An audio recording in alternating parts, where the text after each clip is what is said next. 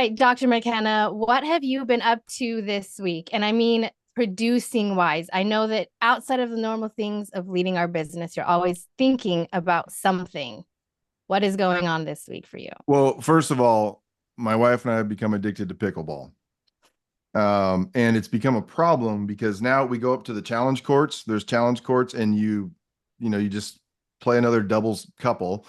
And she now kind of really thinks she should win every match. And it's become such a problem. No kidding. We actually played pickleball in pouring rain like twice this last week because she's like, we got to get out there, got to get practicing. So that's one side of that. I would say on the other side of that, Sabbath, it's been interesting because you know how many businesses we work with who are that are co-owned, and in so many cases, those businesses are actually co-owned by a married couple. So they've got this business relationship, but then they're dealing with their marriage also. And so I was wrapped up in writing this article on business marriages, and it was fun to write relating business relationships, and I would say more specifically like co-owned kinds of businesses or even teams that kind of take a job together, and then aligning that with our understanding of like marriage that most of us have had and those relationships. And so I wrote this definition of a business marriage. This might be ridiculous, but just follow me on this, is that a business marriage is the union of two people who have made a contractual promise to care for one another, to grow together as individuals, to support each other through financial, physical, and emotional challenges, to work at being trusted and at trusting, and then also to be in it until the job is done. And but here's the thing, I'm no marriage expert. And so I'm excited for our guest today.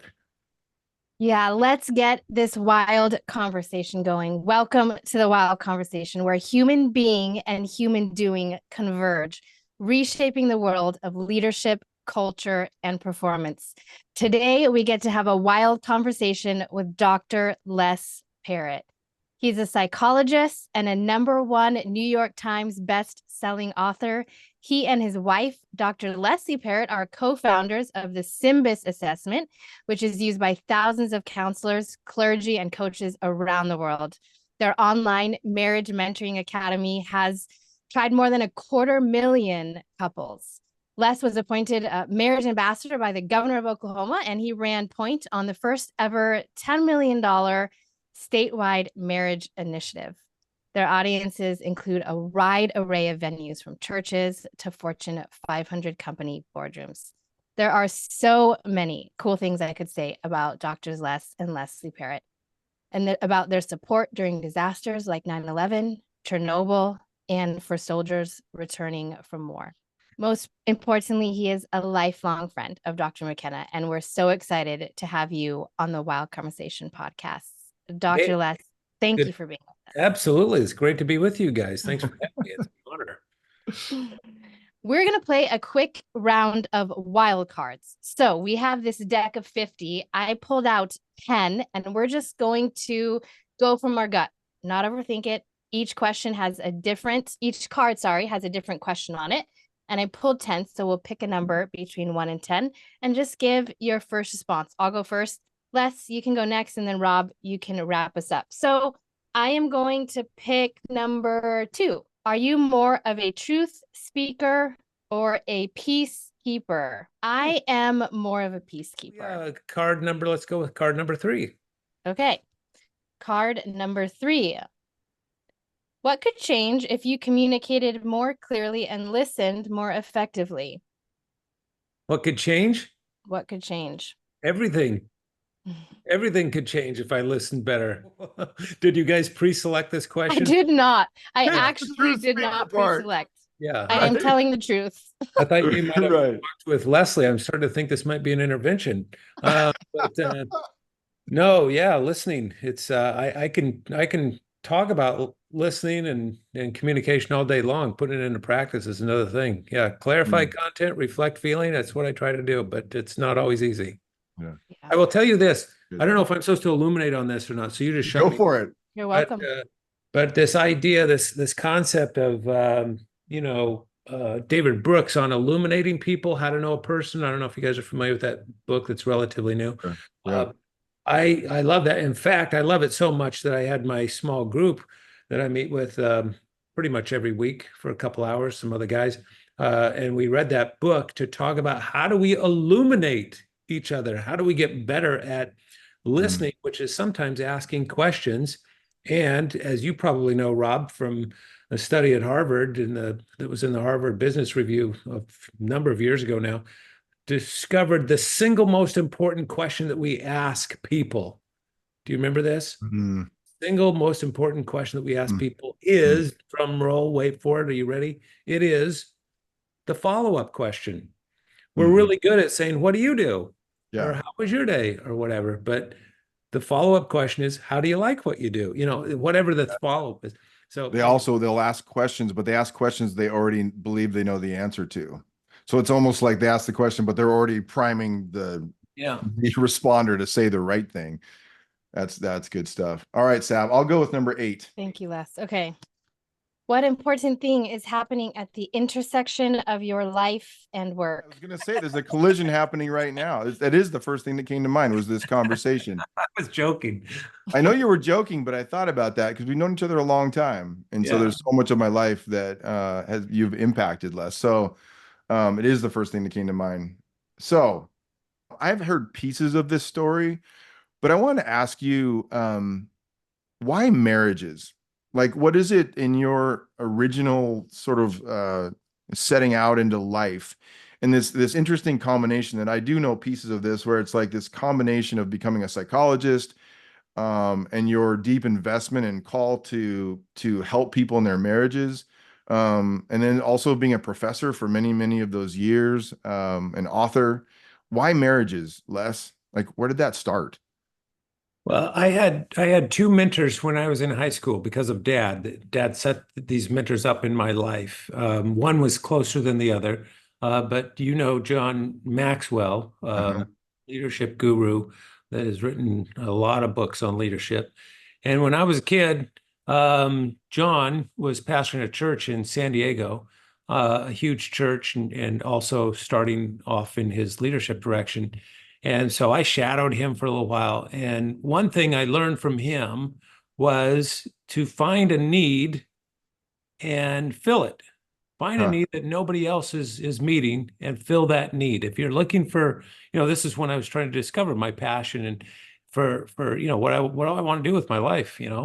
And then the other one, also a well-known guy, Robert Schuller, who pastored a church called the Crystal Cathedral. Now, at that time, I thought I wanted to go into full-time traditional kind of pastoring a church kind of thing. And so both those guys, Uh, hmm. but Robert Schuller also was all about find a need and fill it. And so I was kind of hearing that in stereo from two guys that I respected as a kid. And so anyway, life, I ended up going and getting a degree in theology and heading down that path. But at the same time, I was getting a PhD in clinical psychology, which is not Mm, a typical combination.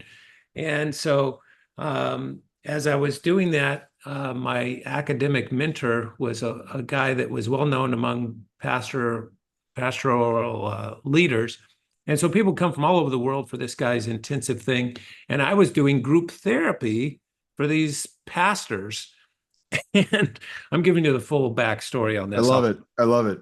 And and here's what I discovered as a guy that was, in my clinical program, just really learning the ropes and doing group therapy with these pastors that were leading these big churches is, man, I did not want to live their lives. That's what I discovered in group therapy. It seemed Oh, like just a really hard road to travel on so many fronts. And I love the teaching aspect, preaching, that kind of stuff, generating content.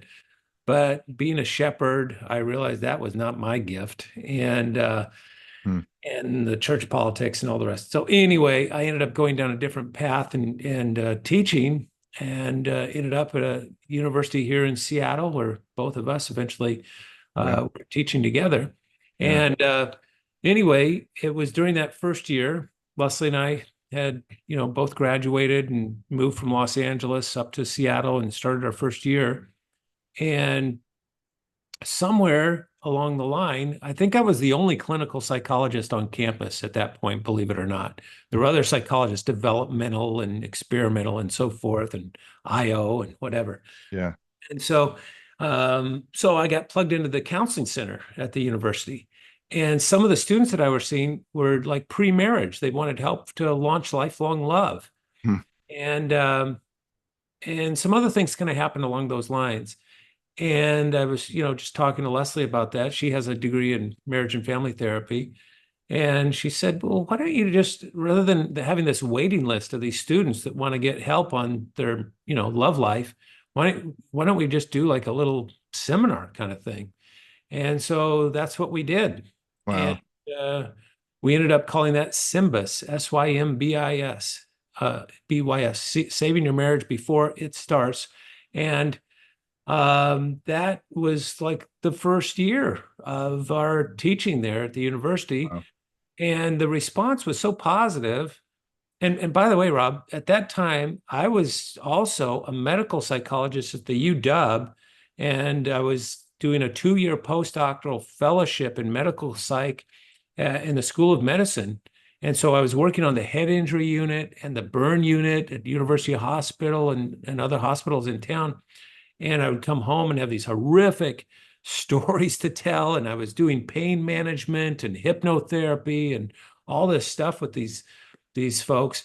And it was like really dark, it was just like heavy. And I was like so lit up, illuminated by the experience at the university, talking to these students about lifelong love. And I was really energized by that. And plus it was something that Leslie and I were doing together. And this was just kind of volunteer on the side kind of stuff. And anyway, that second year, we got a grant from the Murdoch Charitable Trust here in the Northwest and established the Center for Relationship Development on the campus. And out of that started a class, Relationships 101, and it kind of just grew from there. And it all had to do with meeting a need that nobody was meeting a need and filling it. And it became our life calling. It wasn't some grand design. And I think this is so important for leaders to understand too. Yeah. There's so many times we think, oh, it's all about strategic planning and we got to nail this plan down and so forth. You talk to most leaders at a high level, their life took turns they never expected. It wasn't a strategic plan. And my brother, who's a university president, calls it opportunity leadership. And it's discovering opportunities that you just didn't know even existed, whether it's fundraising or anything else that's involved in leadership. And so that's kind of what happened. I was headed down the path to be one thing and then jumped onto this path pretty early on of marriage and relationships and have never looked back, been traveling it ever since.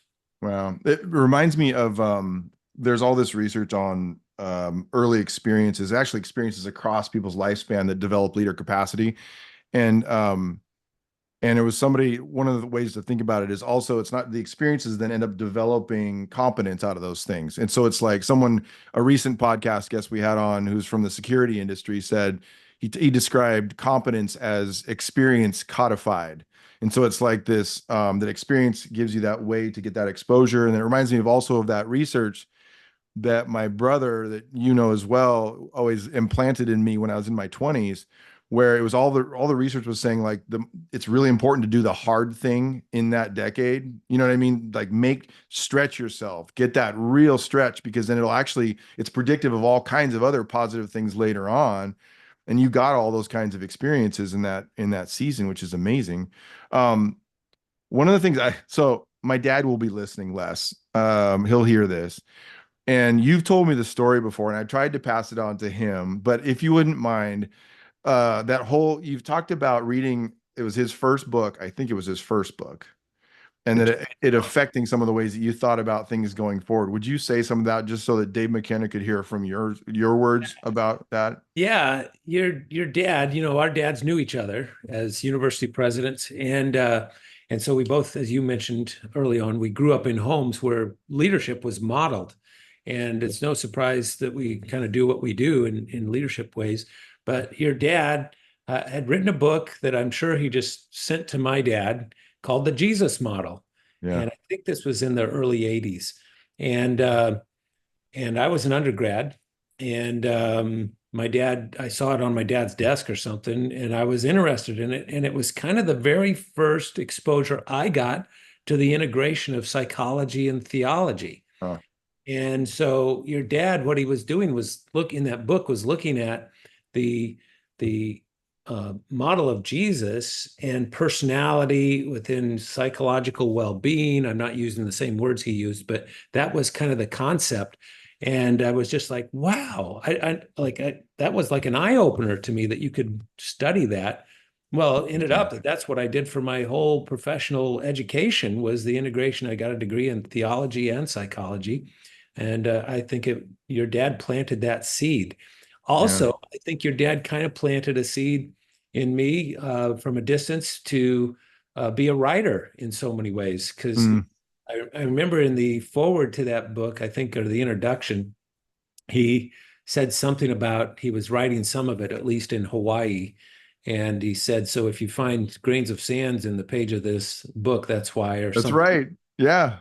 And That's I thought to myself, well, that's a cool way to make a living, to Hawaii and be on the beach and working. So I know he meant that metaphorically, but it was something that it was an image that kind of stuck with me. yeah. I can still picture on vacations, he would have his yellow pad and he would write with these black pens. He always had the same kind of pen, and you could barely, it wasn't even legible. He had Yes.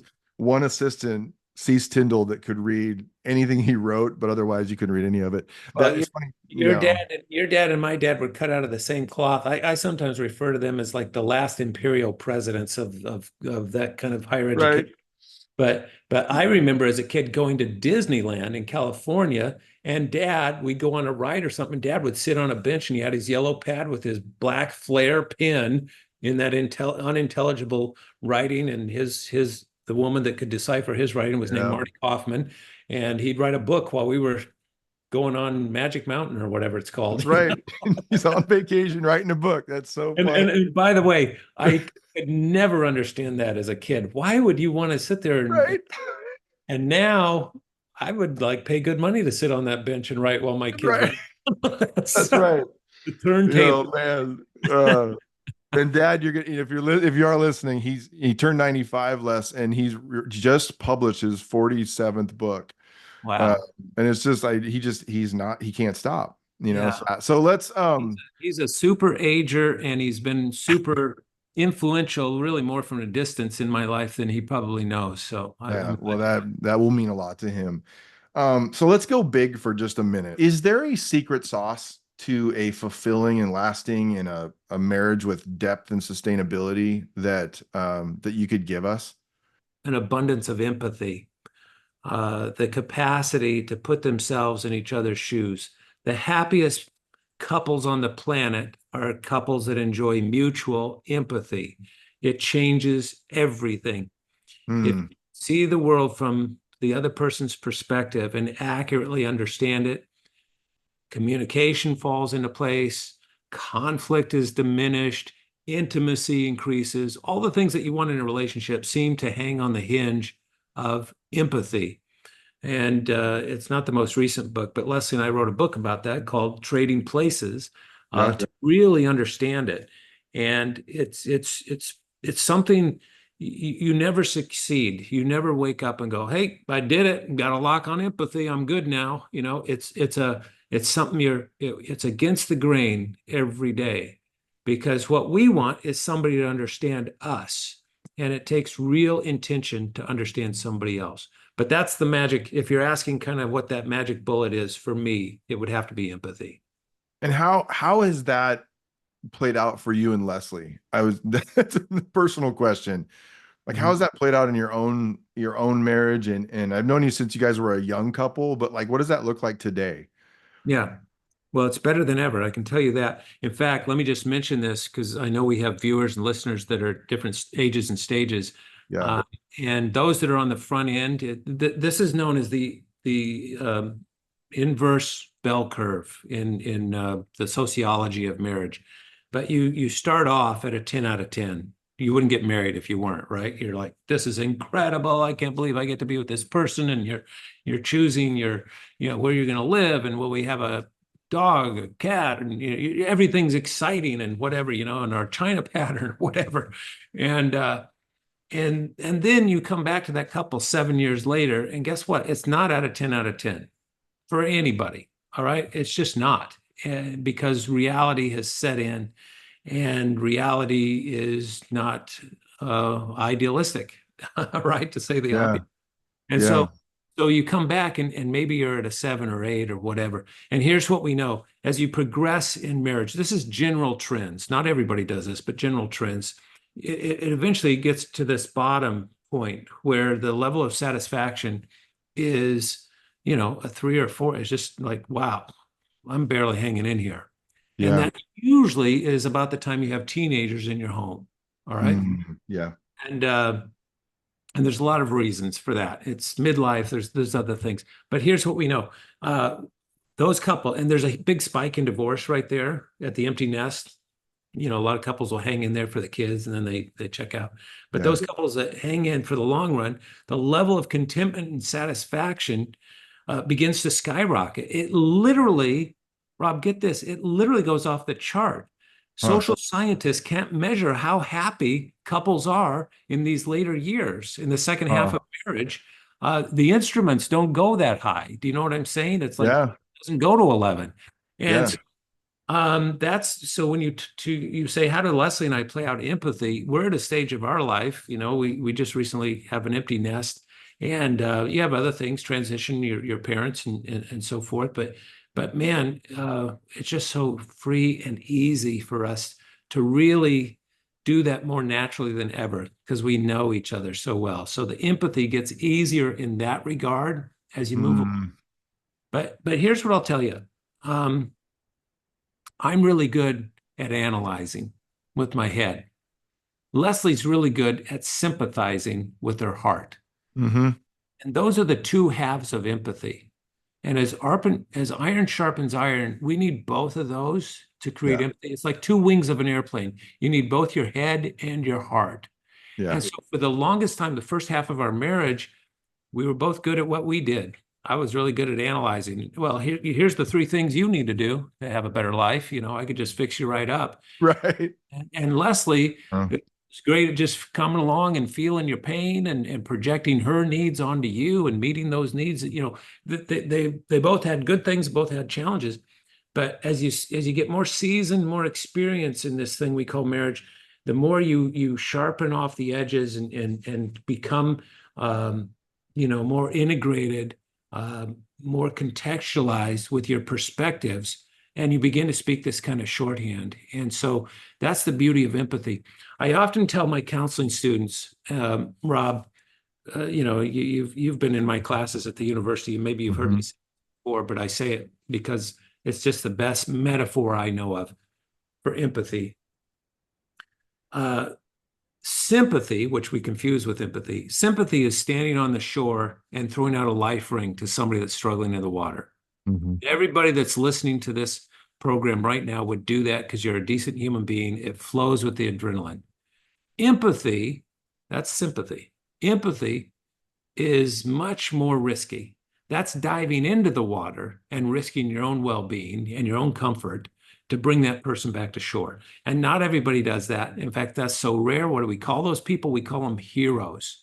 And I think it's just as heroic when you practice that kind of empathy in your relationships, certainly your marriage, but any relationships, as a parent, a colleague at work, as a leader, whatever, empathy. And it will change you. That's why it's risky. Once you empathize, I had somebody, I don't think I'll share this personal example and this example, it came to mind in detail, but somebody asked me about why was Leslie doing XYZ for you? Like, why didn't you help her more? Blah, blah, blah. And this was in Washington, D.C. just a few weeks ago. And I said, oh, she was practicing my love language. What are you talking about? I said, well, my love language is acts of service. And so she was doing that because she knew what it would mean to me when it might not mean that much to anybody else.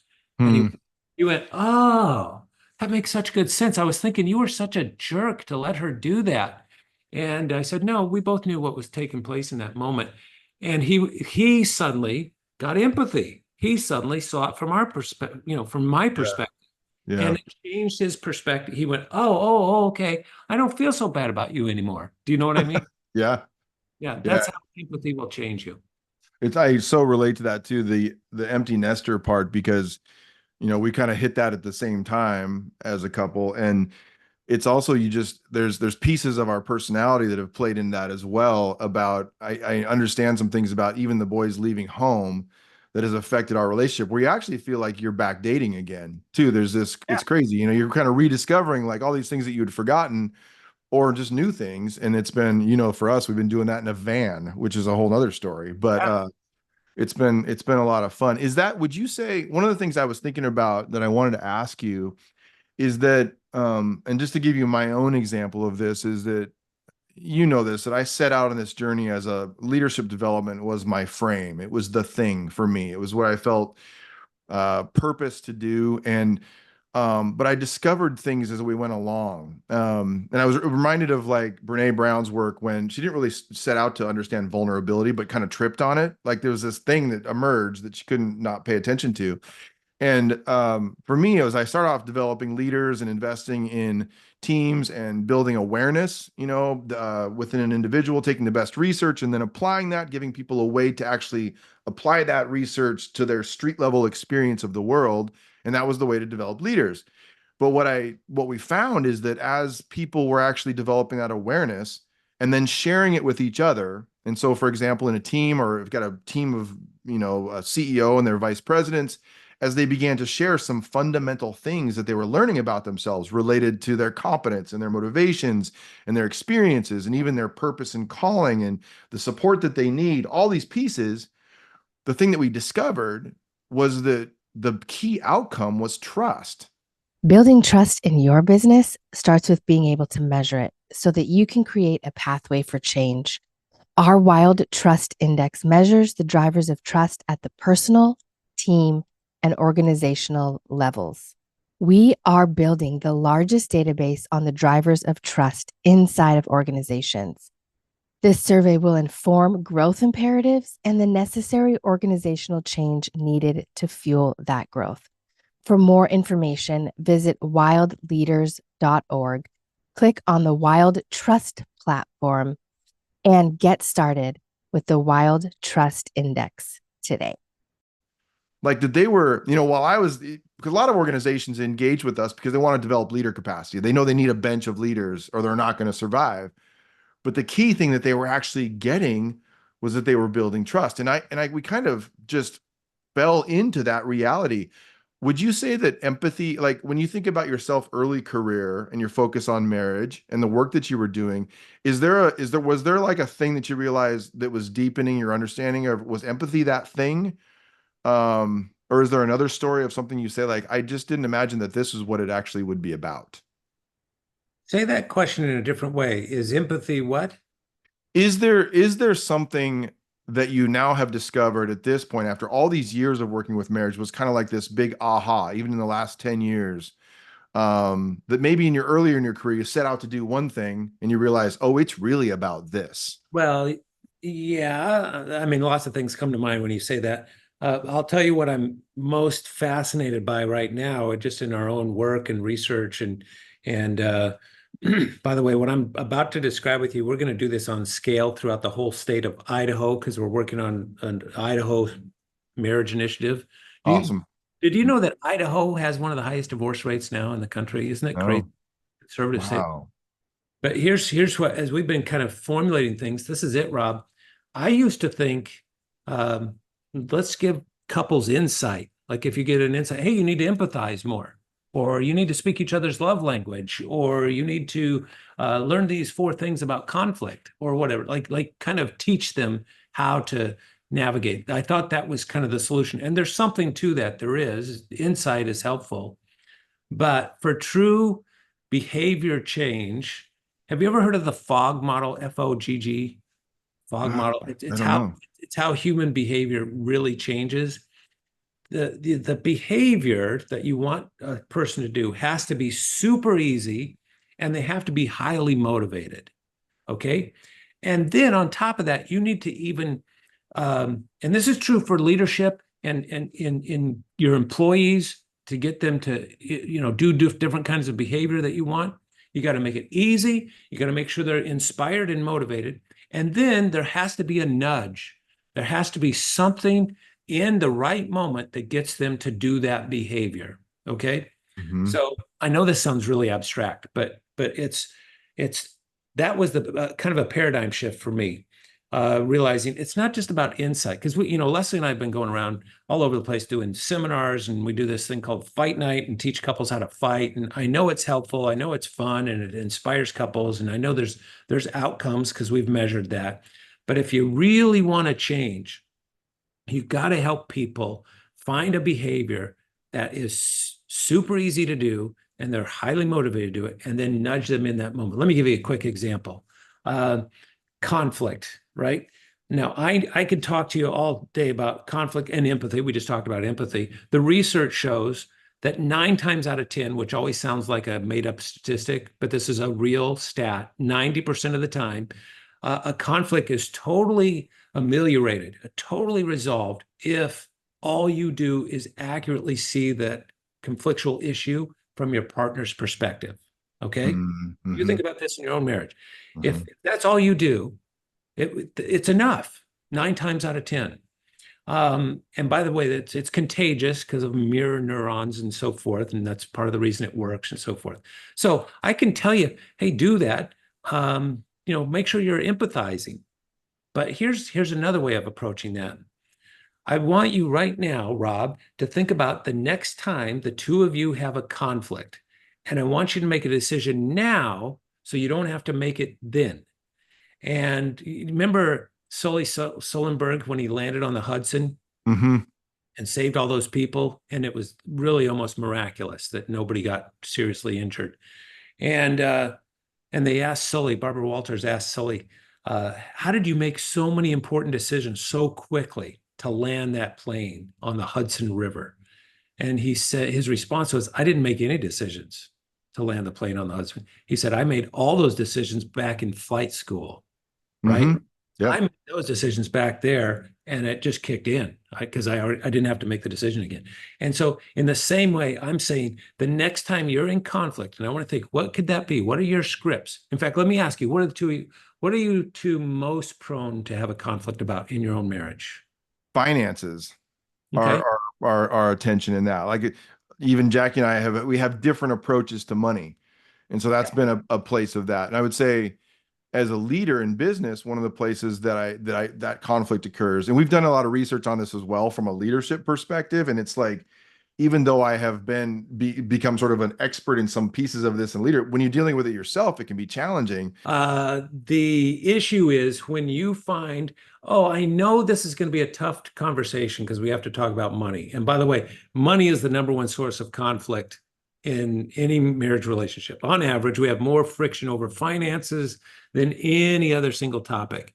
And by the way, doesn't matter how much money you have. It can be a little, it can be a lot. You're going to think this is insane. I had a couple in my counseling office where I'm seated right now within the last few months. They're billionaires, and they were having a fight about who got what jet in a particular weekend. All right. That's a financial fight among billionaires that are married to each other. Most of us don't have that struggle. But it's always about finances, right? So here's the deal. Yeah. If you want to put empathy into practice right now, and we would take more time to do this, I want you to put your mind in the place of Jackie. How is she seeing? What was finances like in her home growing up and so forth? And we get you to really identify with how she sees finances. What's her big financial fear and so forth? And then you would go, okay, the next time we get into some friction over finances, I am making, just like Sully Sullenberger, I'm making a decision now that I'm going to execute in that point. All right. You're highly motivated and you've now made it easier to do. So rather than just saying, hey, Rob, just do more empathy all the time, which is a really big ask. And it's a really big kind of, generic kind of insight. Yeah, empathy is good. Now you're putting it into practical places where you're motivated and you've made it easier to do. Does that make sense? So It when you does. ask me about kind of paradigm shifts and stuff and how I see marriage, I used to think it was all about insight. And now I think it's these little micro behavioral changes that you can help a couple make. And I've seen that work time and time again. And you're going to ask me, what book is that in? Hasn't been written yet. Okay. All right. Outstanding. I love it. So, I know that the two of you started with marriage, and then you moved to trying to help married couples across the context of their lifetime, and including in business. And Business term, we all had Leslie and I shared a BHAG. You know what a BHAG oh is, right? yeah, yeah, Jim Collins, right? right, And our big, hairy, audacious goal became years ago to see the divorce rate reduced by a third yeah. in our lifetime. I remember that. Yeah, For every single percentage point that we drop the divorce rate, the lives of more than 1 million children are positively impacted. And so that became our kind of, how do we do that? Now, let me tell you something, Rob. Things got really complicated because of a huge increase in cohabitation and yeah, then couples delaying marriage. And it's not a kind of an easy thing yeah. to slice and dice and so forth. And what was interesting about it is, my focus has been in the business context, but if you're doing whole leader development and you're doing all these different, building self-awareness assessments and helping people understand the context of that awareness to their job, to what they're actually doing, that it does get into marriage comes up, right? The personal side. In fact, a lot of the CEOs we work with really want their people to develop as whole people inside the context of their work and invite that kind of thinking and not just make it about trying to get the job done every day.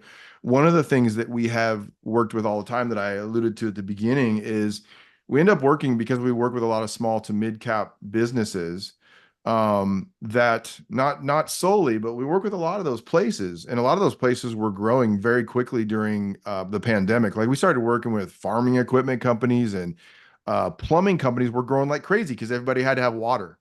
And so you've got these companies that were trying to develop leadership capacity first, and these companies tend to be owned or co-owned.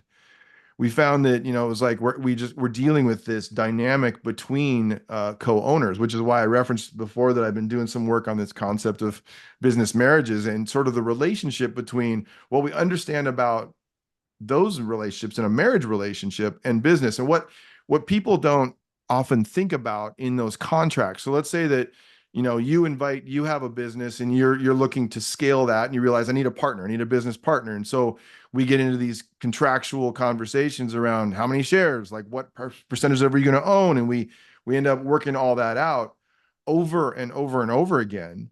We see co-owners who did not have at least half of the conversations that they should have beforehand, the level of awareness, because the contract and what they were thinking about is that it was all going to be about the number of share, the percentage of shares, the amount of money for the investment, what the sales goals were going to be like.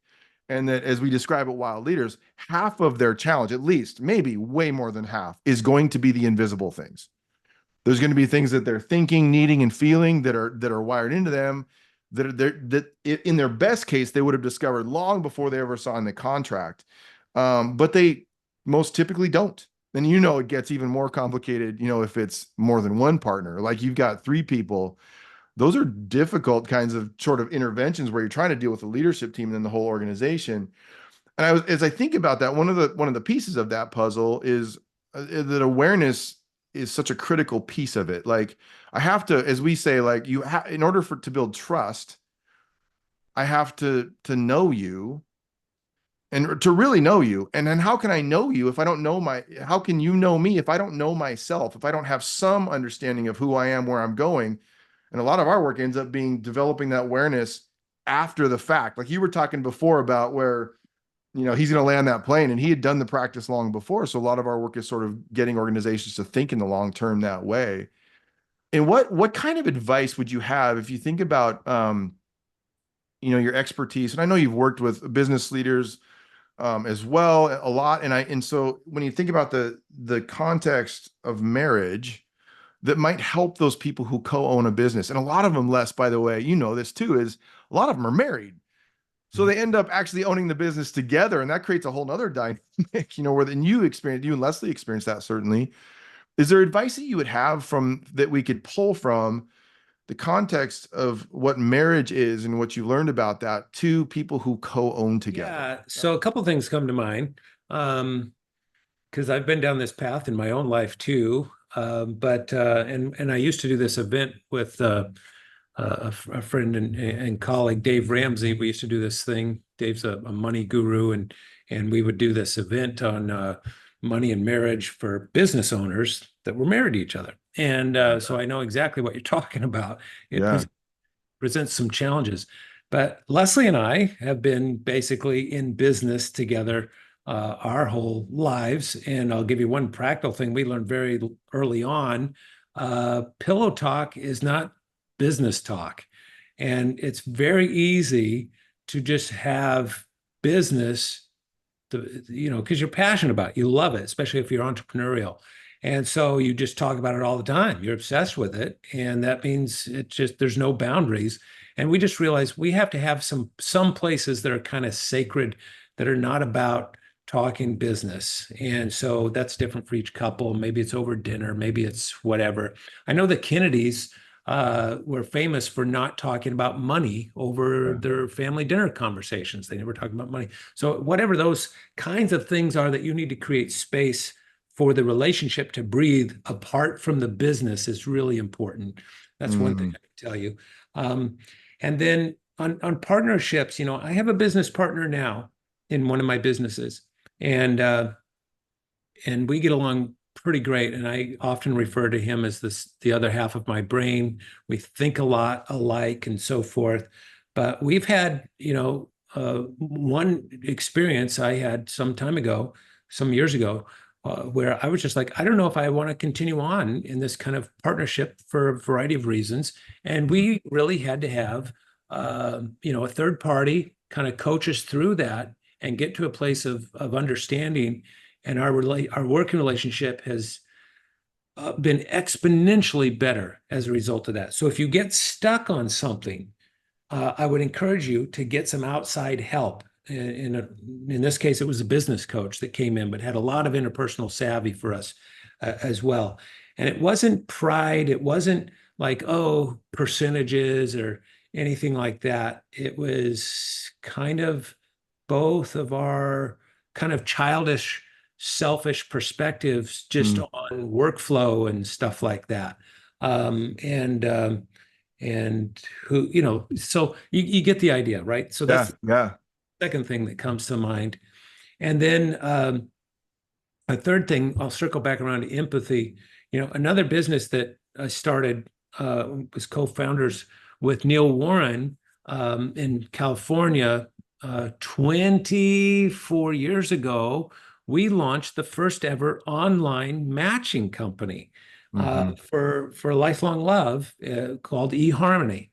And Neil is a very powerful personality, and definitely like you're playing second fiddle if you're in this orchestra. You know what I'm saying? Yeah. And for lots of valid and really good reasons. But I had to kind of learn that really quickly and the hard way. And I bring that up to say, in a business partnership, just be really explicit with who has what strengths, who does what. So carve out my three things that are coming to my mind first are that you're going to have space where your relationship can breathe apart from the business talk. That secondly, that you will rely on outside objective help whenever you need it, because business partnerships get really messy really fast. And then the third thing is that you are really resolved in your mind about who is best at what and why wouldn't you lean into that. And the same thing is true in marriage, right? So usually in a marriage, you have one person that's a saver, one person that's a spender, for example. And one person that's just really good with the books and paying the bills and compulsive about it and so forth. let them do that. But that doesn't mean this person is out of the loop on that. They still need to be brought into the conversation of what's taking place. So it's not just a blind thing that happens. Same thing in marriage, same thing in business, that we still are in the know as business partners, even though that's your thing. And I totally trust you with that. So do those three things make sense? They make complete sense. They make complete sense. It reminds me of this. This goes, I think I've told you this story before, but we had a little marriage counseling before we got married. Jackie and I did, and with someone, a mutual friend of ours, and he said something that we never forgot, and it created a almost a pre-contract before we got married. Like it changed the way that we perceived the whole situation. And he said this because Jackie, when we started dating last, she had a written budget where every penny was accounted for. And at the time, I was like, not quite bouncing checks, but I was close. Like it was like this, there was a very, very different kind of approaches at the time. And he said this to us. He said, he looked at Jackie and he said, Jackie, if you guys are gonna work this through, you're gonna have to loosen up. And he looked over at me and he goes, and Rob, you're gonna have to tighten up. And we have never forgotten that kind of even just getting that third party awareness even before we signed the contract, is like, and it's so crazy when you're talking about that, how critical it is that they become aware, even just of what it is they are bringing that they're good at or not. Right. Can I ask you, I want to just the last question I had, Les, was we've been doing, as you know, a lot of research on trust. It's been, such a powerful variable that it's not something that, like when you're describing empathy, you don't get trust by saying it or by talking about it. You don't write a book and put trust on the cover and then have people just read all of that. But it's like the process of actually building it and sustaining it for the long haul has a lot of variables, a lot of moving parts to that. And we've been doing that in a business context. What is trust? What is the relationship between trust and marriage? Well, Like in your experience of that? yeah, it's a foundational piece of the foundation, right? Yeah. From the Department of Redundancy Department. I mean, you've just got to have trust, or there's nothing there, right? And Yeah. so trust, for me, I'm speaking as a clinician, not Yeah. an IO guy, but and I know your audience knows industrial organizational psychologists different than clinical psychologists, but for me, trust is all about emotional safety. And Mm. when you have a sense of emotional comfort or safety, you are free to speak your mind because you're going to be accepted. You don't have to edit your thoughts and your words because I'm with you now. This is safe, right? I can trust Mhm. you. I know you're not going to misuse. You're not going to try to read things that aren't there. That's trust. And so you want that obviously in your marriage. You obviously want that with your colleagues at work too. But that's where exciting things happen because you've heard this before, that growth always happens on the border of your comfort zone, right? We all live in our comfort zone where we feel emotionally safe, and it gets really boring there if that's where we just always go. Yeah. And you've got to step out beyond the boundary of that, a little at a time, and stretch our comfort zone. And you only do that when you have this base of safety.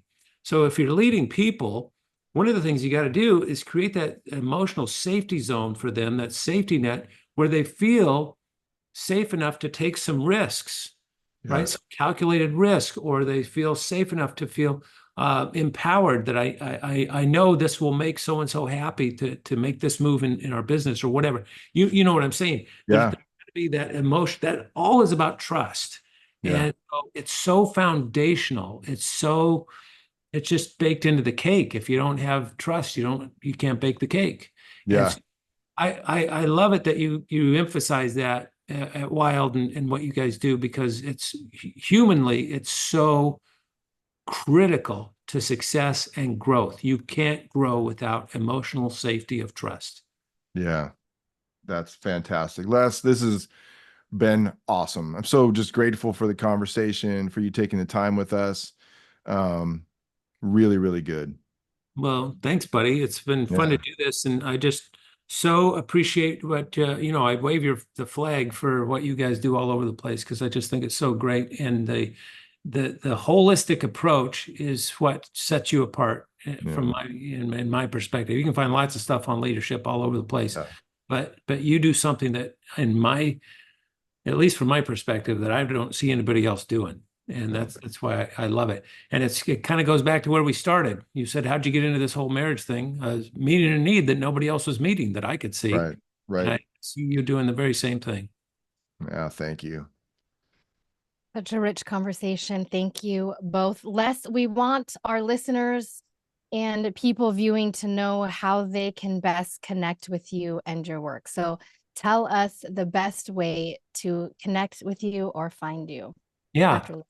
Well, let me give you my private cell number. Perfect. It's 06. Yeah, no. Exactly what we were asking. That came to mind because in talking about business and in this thing that there's some work that we're doing as my team is on. And do you remember the Purple Cow? Remember what's his head book from 10 years ago, Purple Cow? Yeah. What's his name? The author, the marketing genius. But anyway, I said, well, we need a purple cow on this thing. And one of them said, well, why don't we just publish your cell number on the website? That would be an interesting purple cow. We'll be looking for that. We'll be looking for it. That's outstanding. So Seth Godin, that's his name. Here's the website. It's lesandleslie.com. So Les, A-N-D, the word and, lesandleslie.com. All of our resources there. You can obviously find them on Amazon or anywhere else. And that book that I mentioned, Trading Places, it might be of interest to some folks if they're really kind of geeking out on the empathy thing. Because what we do, there's some really kind of counterintuitive things that you do to see the world from another person's perspective. But when you get those dialed in, I'm telling you, it changes. I wish we could manufacture it. If we could figure out how to bottle empathy, like create a spray bottle of empathy, so that you could go, hey, you need a little more empathy, and just squirt it on your spouse, squirt it on your business partner, whatever, it would change. We'd have quite an enterprise. But Indeed. That book, Trading Places, begins by teaching you how to set aside your own agenda temporarily, because everybody's got an agenda. You got an agenda for what you're going to do after you're done listening to this or watching this. We all have an agenda for what we're going to have for dinner. We have an agenda for how we're going to parent. We have an agenda for how we spend money. So when you can just temporarily set your agenda aside and then say, I want to understand your agenda. I really want to get that. That's where it begins. And then there's some other things, understanding your emotional landscape and so forth. But anyway, that book is all at lesandleslie.com. And Sabbath knows what I'm thinking, Les, is that spray bottle is the WiLD Trust platform. So anyway, go on. Perfect. Well, let me mention one other thing, since you're talking about that, and we talked about this before we got on the microphone together.